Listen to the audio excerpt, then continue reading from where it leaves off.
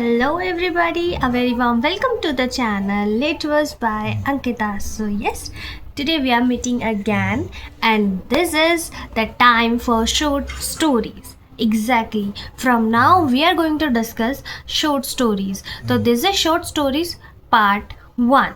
Actually, our syllabus we have two blocks in which we have short story 1 and short story 2. So in this from now we are discussing short story 1 block. Okay, so I hope this is clear to you, and that today the title I have taken is The Empty Chest. Yes, and this is written by Indira Goswami. So let's discuss about Indira Goswami first.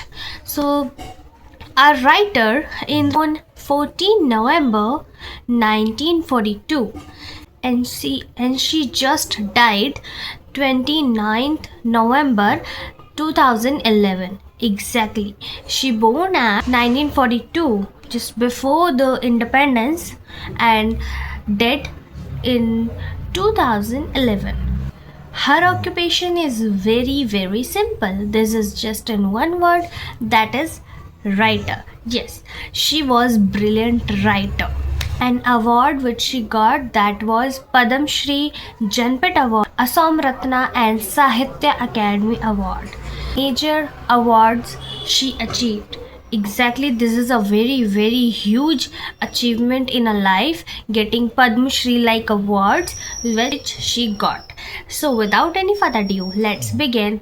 But everyone, you are not liking my video at all. Means you watch, but you are not click the button.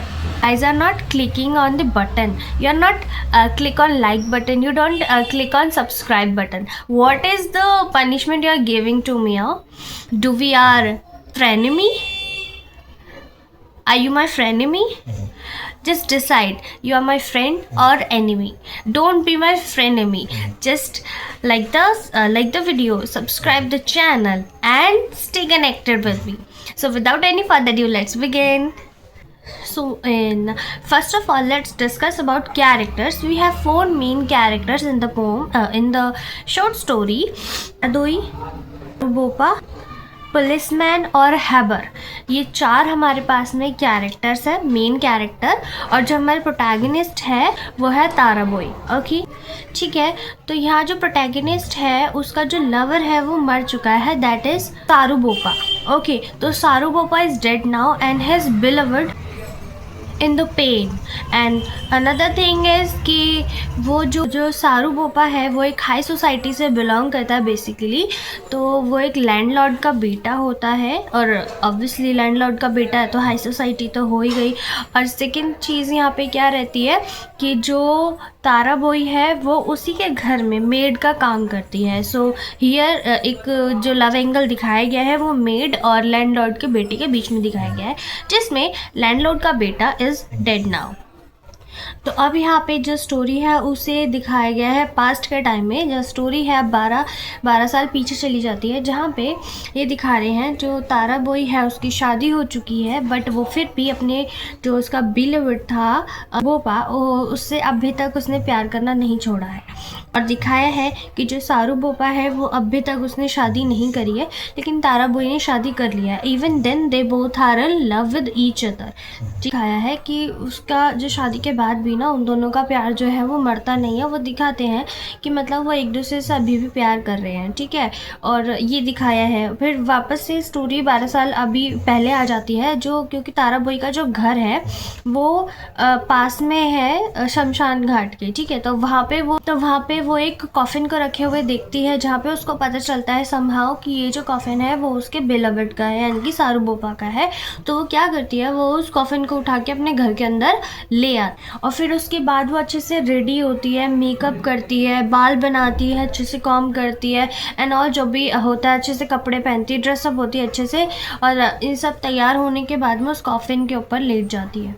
Character की entry होती है policeman. Police the brother of Tara Doi, और जो तारा दोई है उसका भाई जब घर में एंट्री करता है वो बोलता है, वो देखता है उसको कि हाँ वो वहाँ लेटी हुई है। उसको डाउट भी होता है उस पर कि ये कॉफिन है या क्या है, ऐसा कुछ, क्योंकि विजिबल नहीं है। कैसा है ना कि वो जब भी कोई आता है वहाँ पे तो वो उसको हाइड कर देती है, छुपा देती है, कुछ कपड़े वपड़े रख देती है, ये ढक देती है उसको।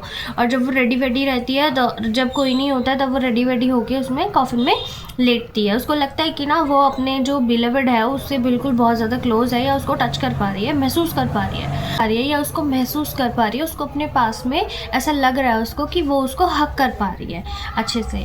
तो ऐसा उसको महसूस होता है जब भी वो उस कॉफिन में लेटती है, और इसीलिए वो कॉफिन में लेटने से पहले मेकअप करती है, यानी कि अच्छे से रेडी होती है ताकि वो अच्छी दिखाई दे to his beloved, to her beloved. ठीक है, अभी वहाँ पे दिखाते हैं कि उसका जो ब्रदर है पुलिसमैन, उसकी एंट्री होती है और वो बोलता है कि तू क्या पागल हो चुकी है, ये सब क्या चल रहा है यहाँ पे, what the hell, means this is such rubbish, you are just losing your present and you are living in your past, this is not true, and imaginary दुनिया बना लिया, imaginary world बना लिया इस कॉफिन के अंदर। ठीक है, बट ऐसा नहीं है, वो भी तो वो अच्छा इंसान नहीं था, अपनी शादी में आगे बढ़ो, वो भी तुम्हें धोखा देने वाला था। एंड देन वो सारू बोपा का जो शादी का कार्ड है वो उसको दिखाता है। शादी का कार्ड वो देखती है तो उसको सबसे पहले तो यकीन ही नहीं होता है, ट्रस्ट बिलीव ही नहीं होता है कि ये सच है। उसके बाद वो ना बहुत ज़्यादा शैटर्ड हो जाती है, ब्रेक डाउन हो जाता है उसका बहुत ज़्यादा, वो कंट्रोल नहीं कर पाती है, बहुत रोती है, और फिर उसको एकदम से ना बहुत ज़्यादा मतलब इमोशनली डैमेज हो जाती है वो। तो क्राइसिस ऐसा हो जाता है कि वो एकदम से ना बहुत ज़्यादा अग्रेसिव हो जाती है, और वो क्या करती है, जो कॉफिन था उसको ना एकदम जला देती है, क्योंकि वो अभी गुस्से में ना वो अलग ही लेवल पे है। अब डेफिनेटली यार, जो इंसान इसकी शादी भी हो गई उसके बाद भी वो अपना पूरा इमोशनल अटैचमेंट जो है एक मतलब एक पर्टिकुलर बंदे को दे रहा है, उसके बाद भी वो बंदा उसको डिच कर रहा है, जो कि उसको पता भी नहीं है, उसके मरने के बाद में पता चल रहा है। So this is such a heart breaking news for her, और दैट इज़ वाई वो अग्रेसिव हो जाती है उस मोमेंट में।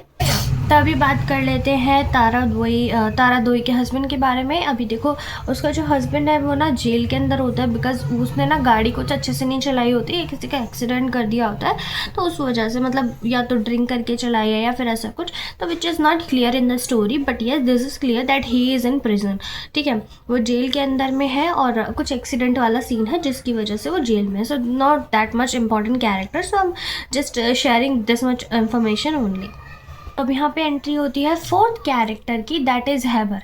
हैबर कौन है? एक फायरवुड मर्चेंट है, ठीक है, और वो चुपके चुपके तारा दोई को दिखता है, या तो ये कर लो या फिर उस पर नज़र रखता है। ठीक है, और दूसरी चीज़ ये है कि वो उसको इस तरीके से वो उसको मतलब गलत नज़रों से दिखता है, क्योंकि अब देखो, पहली चीज़ क्या है, वो एक सिंगल लेडी है। दूसरी चीज़ उसका जो हस्बैंड है, ऑफिशियली जो उसका हस्बैंड है वो वहाँ नहीं है।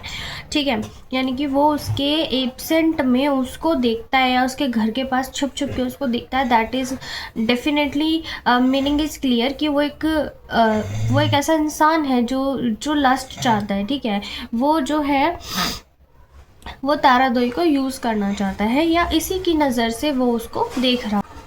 और जब भी तारा दोई की या हैबर की कुछ भी बात हुई हो इन चीज़ से रिलेटेड भी, तो हमेशा उसने बोल दिया कि no, I am not interested. Even then he always just be there in front of her house to ask for sex.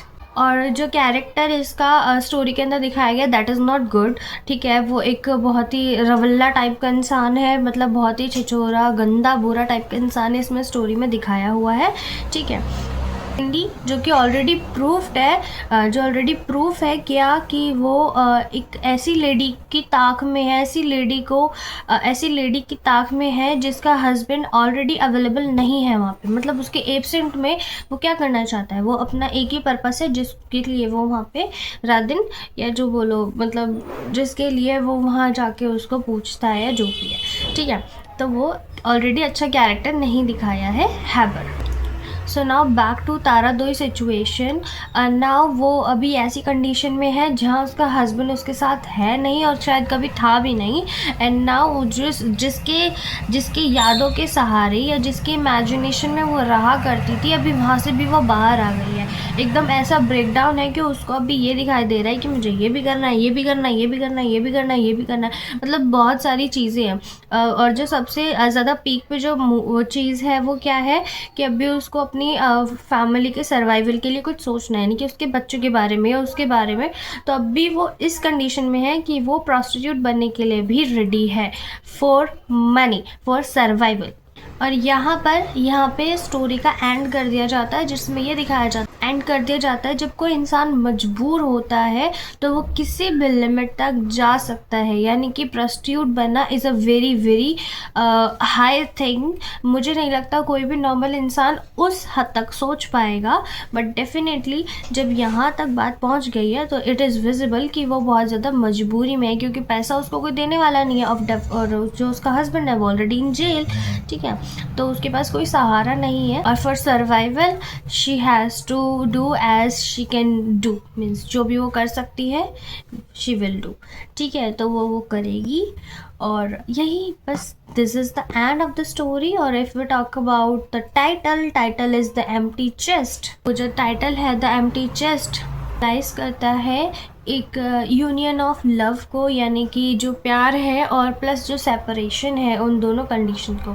कैसे कि एग्जाम्पल, जैसे वो उससे शादी करने वाला था, अंदर उसको मतलब कि वो दोनों प्यार करते थे आपस में बहुत ज़्यादा, और फिर किसी सिचुएशन की वजह से वो लोग अलग हो गए, या एट दी एंड वो क्या हुआ कि वो किसी और से शादी करने वाला था, किसी और लड़की के साथ में, जो भी उसे डेथ के बाद में पता चला। सो दैट इज़ यूजिंग विया मेटाफर, ठीक है। तो उसे मेटाफर की तरह यूज़ किया गया है टाइटल को, the empty chest. So it is definitely suitable for the story. Let's discuss theme जो इसमें यूज़ की गई है, ट्रू डीप लव इसमें दिखाया गया है।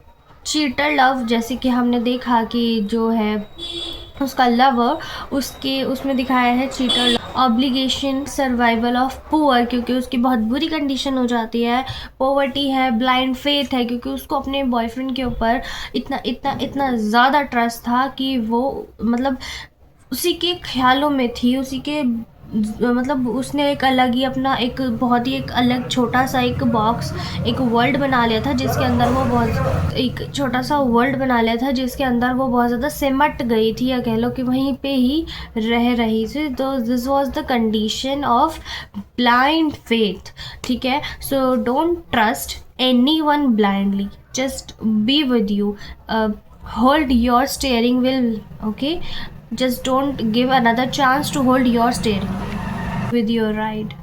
Okay, so this was the last message from my side, and this was the story. I hope you got to know what is the story all about. This is just the end of the lecture, and yes, just like the video, subscribe the channel and stay connected, stay healthy. Bye bye everyone.